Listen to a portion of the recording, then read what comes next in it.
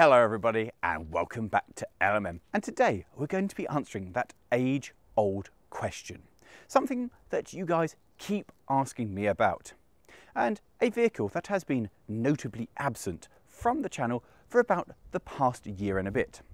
Yes, that's right, today we're going to be looking at Sir William McAlpine, my Ruston 48, because at long last I have got the starter back from being repaired.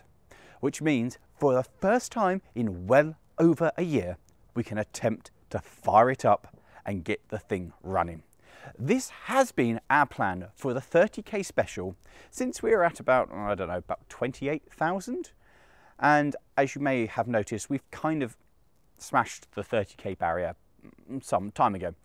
And so yes, this is a very late special. In fact, it's such a late special, we're not really counting it as a special anymore because all the fun and excitement's kind of disappeared from it.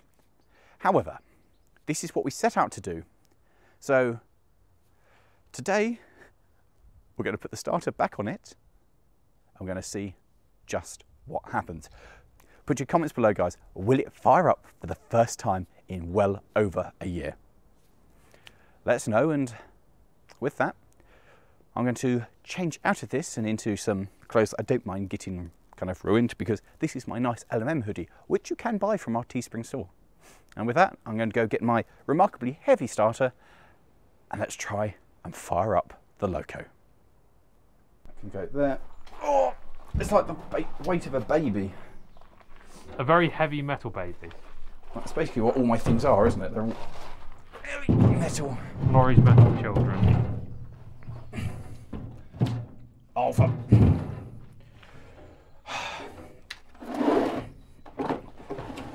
This thing is not designed to have two batteries. This was an idea that someone at the railway came up with, of if we put two batteries on it, it'll be twice as awkward to maintain. Yeah, basically. You know what, I'm not going to put that one in because it's going to be in the way of this thing. You're going here, and I'm going in here. Right.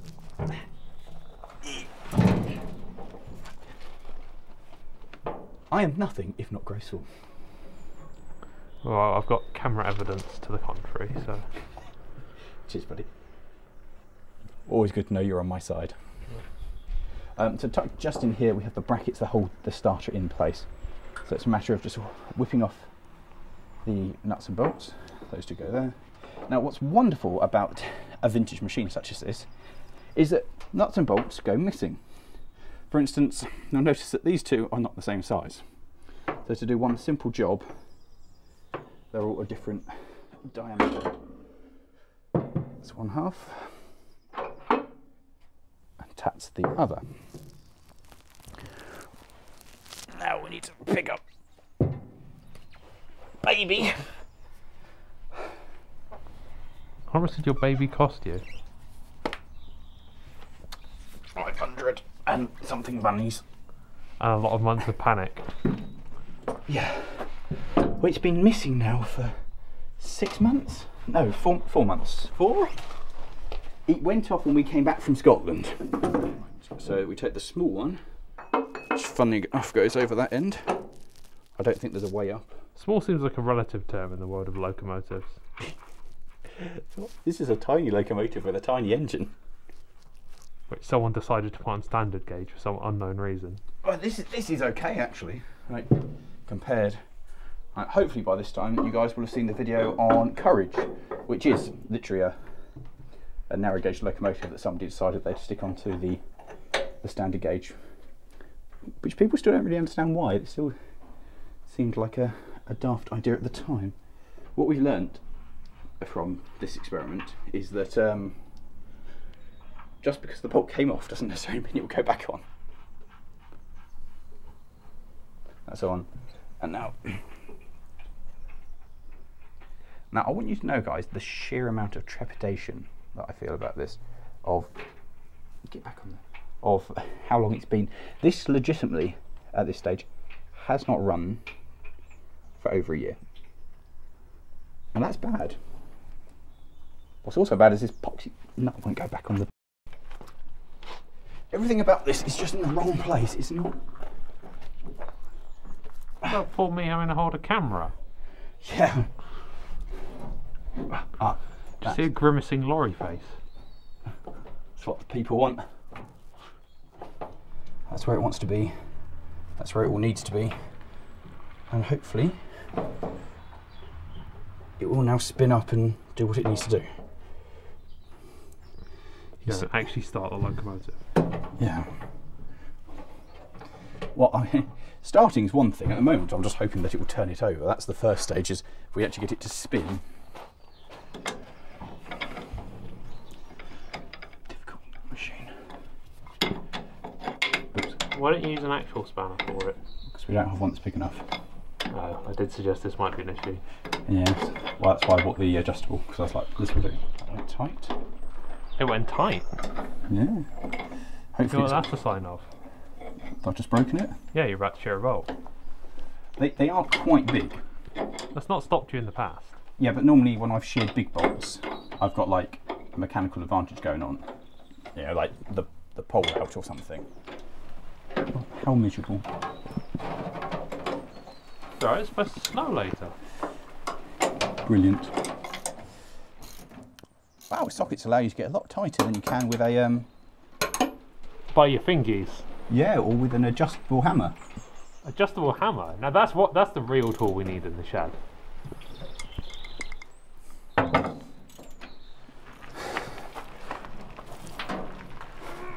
This one goes squidge when I pick it up. Squidge? Yeah. That's not a battery noise. No, I know. Do you need an additional hand in there at the moment? For your wooden block? I think I might be able to get around it.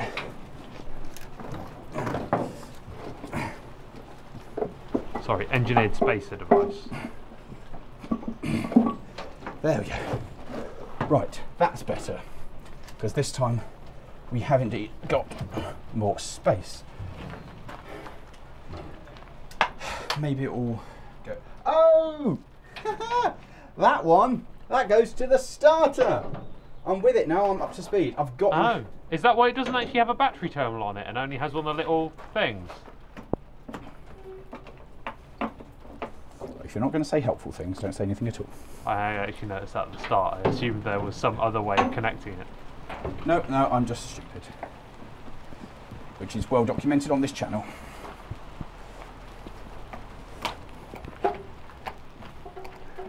I'm also damp. Yeah, we can see that. That goes under there. That goes onto there. Especially if we release that a tiny bit. Yeah, if you have a gander down. Chance of arc? Oh, quite high, I thought. Quite That's high. why I've disconnected the battery. Chance of arc with Lawrie involved? 100%. Chance of arc with very damp Lawrie involved? I am going to be sparky. But at least it'll dry me out. That's true. This is more difficult than I thought it was going to be. So what do you actually have to do? Recount like 4 bolts? Yeah. But it's just such a silly position to try and get a bolt on. Like, I can't get my hand in there. Buy an engine, they said. It would be fun, they said. Actually, no one said that at all. Most people said don't buy an engine. That was the general advice I got. It would be a stupid idea.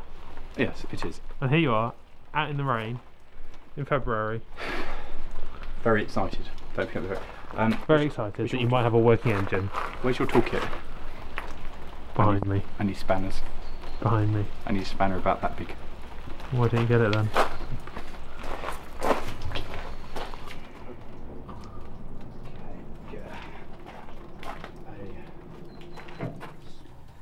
It's so awkward to get a spanner onto these terminals. It's unreal. Hey Lawrie! Lawrie, look at this! Look! What's that one doing? Don't talk to me about that. But what's it doing? What it was built to do. What was that? Work. Oh. You dare ask one why it's not doing that. I was going to, but you seem pretty upset about it. I am.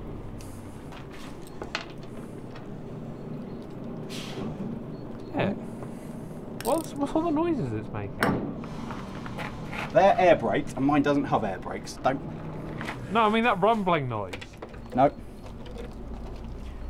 Nope. Don't know what you mean. This doesn't make that rumble anyway. It sounds more like a epoxy tractor when it's going.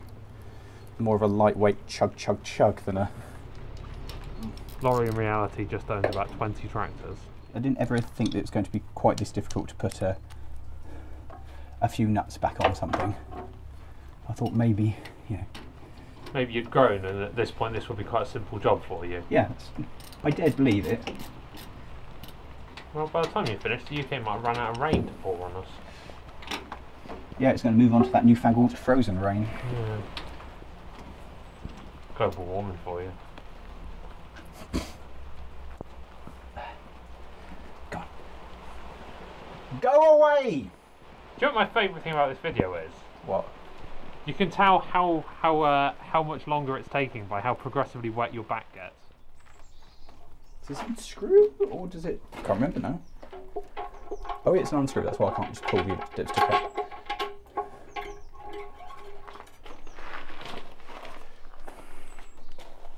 Well, it's not full of stuff, but it's not at the low level. Probably not water. Doesn't look watery. So we stick that back on. Go on, don't cross through, just go back in your hole. Then have a look at the belt there. Have a look at the tensioner up there. I need to put some steps on this to make it easier to actually get into. Tensioner is tight, stop that moving. That's all okay. Is there any water in the rad? I can't see.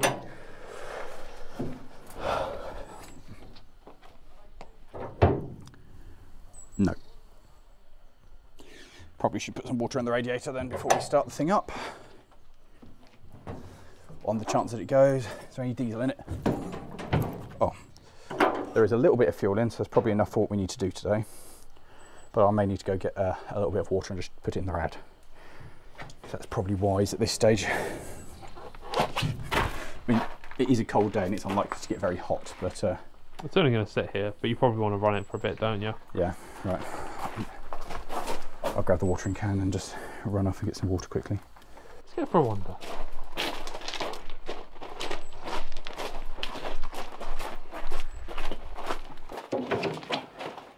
Right.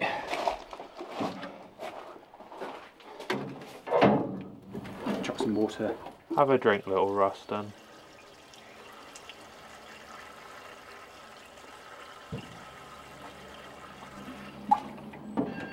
See where that's come up to. Hopefully it's just lost a little bit of water. Hopefully it's just lost a little bit of water. So go and get the hose pipe.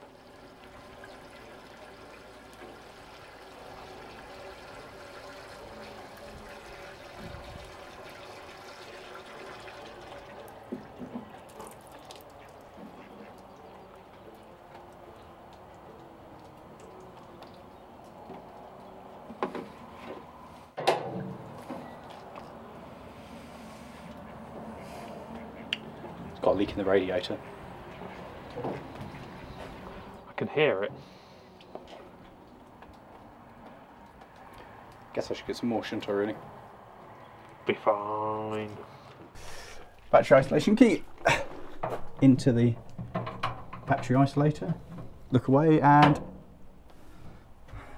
well, it hasn't all gone terribly wrong so far. Right. Time to Is this the moment of truth? No, other checks first, but getting closer.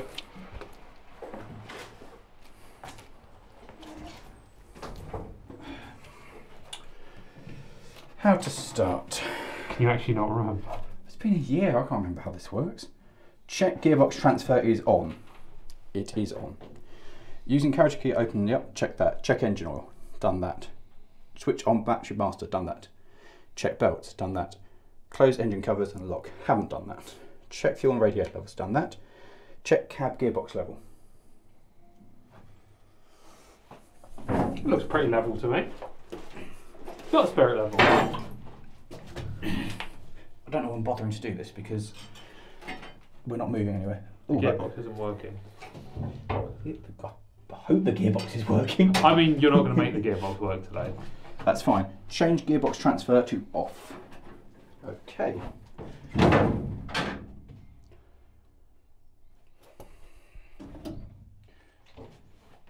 Okay, so the big moment. Power.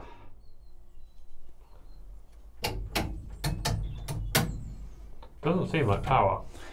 Does not, does it? That is connected. What if I failed to connect up properly? Oh, I don't understand now. Everything should be.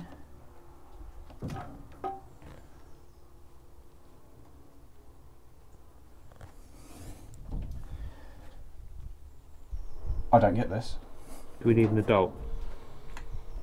We had a slight problem with one of the wires not being quite in the right place. Why quite in the right place? What exactly do you mean? The feed that goes over there, that powers everything off in the cab, was on negative terminal when it should. No, it was on a positive when it should be on a negative. So it's in the wrong place, is what you're saying? It was very much in the wrong place, yeah. Right. That works. So, this will be the big moment. This will be the moment to see if the starter actually does something.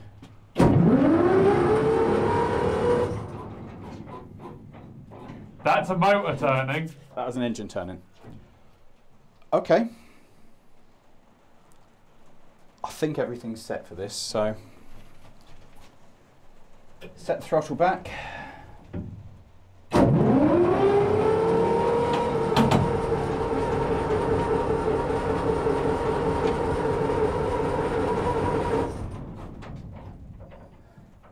The rules are now with this new very expensive starter that we give it a few seconds, 10 seconds, and then shut it down. So let's try that again.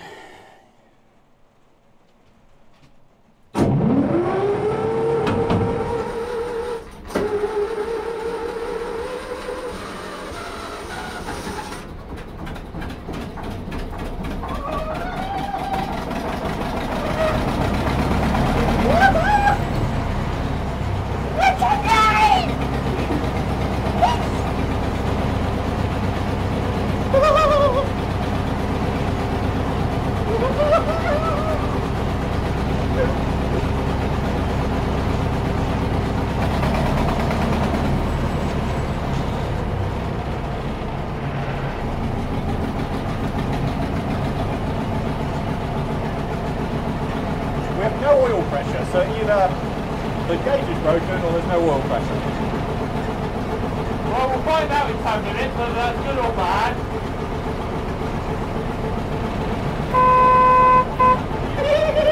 Have you noticed how the cab light dings when you do that? I have, excuse me.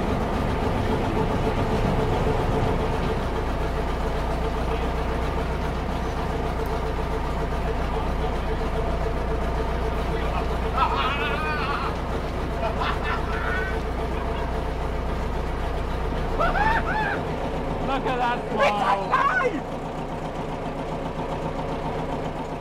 Following the excitement of this firing back up, I was absolutely overjoyed, and the enthusiasm was, well, you probably guess, you could see it.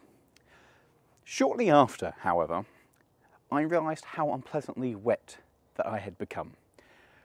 And so we didn't actually finish that part of the video then, because there was this strong desire to go home and get dry. Loco worked, happy days, and kind of, yeah, we didn't shoot the ending. So we returned today to film the end of the video as a summary, and well, it's been moved. You might notice we're not in the same place as we once were. And you may be thinking, brilliant, that means it works and it drives again. Not quite. You see, just because the engine runs again doesn't mean this is now back in traffic. Yes, it will now drive itself, and if it's needed, it could move itself from here over there. But we still have various things that I need to address on it. Chiefly, I need to get the wheels sorted because the profile on those are totally ruined. And there's a couple of other minor things that need doing, particularly the fact of how much it rattles in there. While it's not in service, I want to sort that just to make it a more pleasant thing to be in. So it's a good step forward. It's a massive step forward. I now feel motivated to get on with it rather than having just this useless lump of metal which was stuck and not doing anything. So that's good. And I'm still excited. I've came here, sat on it again, fired it up, and just genuinely excited by the thing. It's so nice to hear it chug along again. So with that, guys, I hope you've enjoyed seeing what was meant to be the 30k special, and due to various reasons and circumstances conspiring against us, it hasn't been the 30k special. It's a little bit too late, considering we're now at 36,600 subs. A little bit too late for 30k, but this was what we wanted to do, and we have now achieved that. We have now done it, and we have now restored it to life, which is genuinely quite exciting and makes me feel very happy. So to each and every one of you who've watched our videos, subscribed and supported us, thank you. You guys are amazing, and we feel so very honoured to have such an incredible community growing up around the channel, and to have this channel full stop. We think that's amazing. And the more of you who support us, the bigger we get, and the amount of things that we have lined up, from cars, lorries, fire engines, locomotives, lined up to come and review and to share with you guys, is amazing. There is so much coming up on this channel. It's unbelievable. I just cannot comprehend it. So to each and every one of you, thank you from the bottom of my heart, from Sir William McAlpine, from Trev, from Morgan and Matt. Thank you guys. Thanks for supporting LMM. And here's to the next big milestone, which is going to be 40k. I mean, when we started this, we never thought that would be possible, but it might happen. So thank you. Thank you very, very much. It's amazing. Let us know, of course, in the comments below how excited you are to see this thing running again. Did you think it was going to fire up? Do let us know. And of course, share the video far and wide. See this little thing come back into life. And with that, how about clicking over there for the last proper special we did, where we put some fireworks into Humpty and set it off on a drive, or down there for when we got hold of a steamroller and wondered just what would it crush. With that, guys, thanks for watching. I hope you are as overjoyed as I am that this thing is fired up and running again.